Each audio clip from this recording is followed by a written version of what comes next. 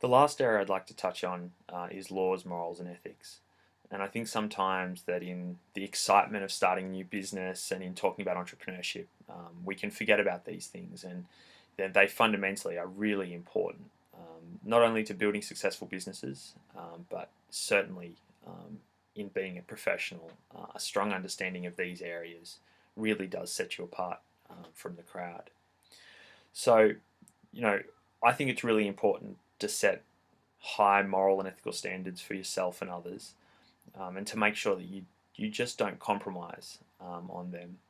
So it's very easy to say that, when you're sitting in the comfort of your room, planning about what your business is going to do and how you're going to make money and how you're going to be successful. But the sign of a true professional and a really good entrepreneur is that they're actually able to then keep those high moral and ethical standards once they're out actually executing on their business idea.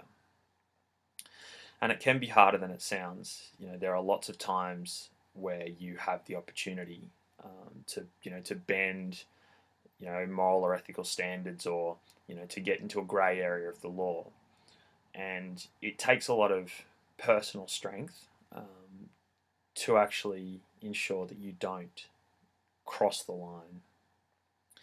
So for me, I've seen a lot of entrepreneurs who they make little decisions which go against perhaps their morals or their ethics, or that move into a grey area of the law. And it becomes a slippery slope, because once you've done it once, the magnitude of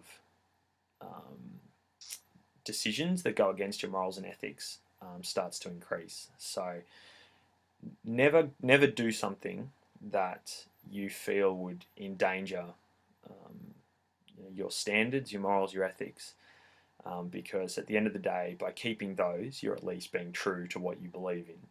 And while it may not seem this way, long term, those things massively benefit you, because your reputation relies on your ability to be someone who has good moral and ethical standards. So, when you find those difficult times, really do strive to make an effort to do the right thing.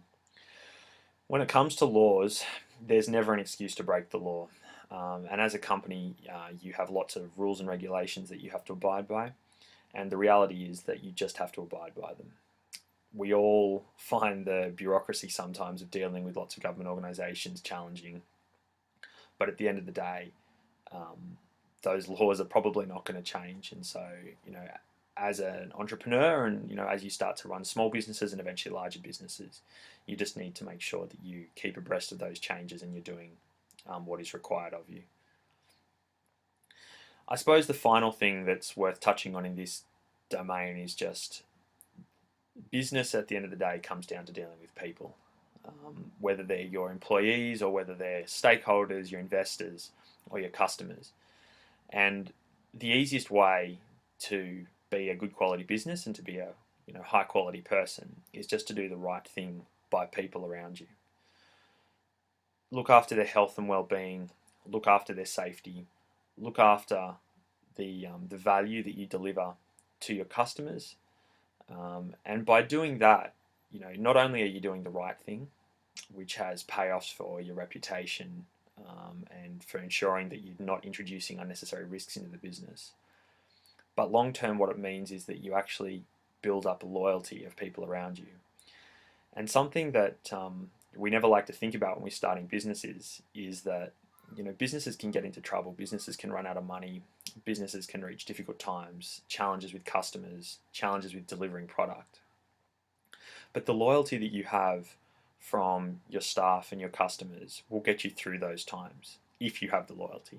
So looking out for the interests of others in the best way you can is a good way to ensure, as an entrepreneur, that you're going to give yourself the best chance of being successful. So I'm going to wind up there. I hope you find this interesting. I know that listening to advice from others can always be challenging and so on. It just seems like something else you have to do in addition to to learning the craft of being an entrepreneur and in starting a business. But this is all part of the journey. There are lots and lots of things you need to learn along the way, and You know, many times the first time you try this, you won't necessarily be successful. You won't be a billionaire. But it's by picking up these little things along the way that will allow you long term to be successful as an entrepreneur. Thanks very much.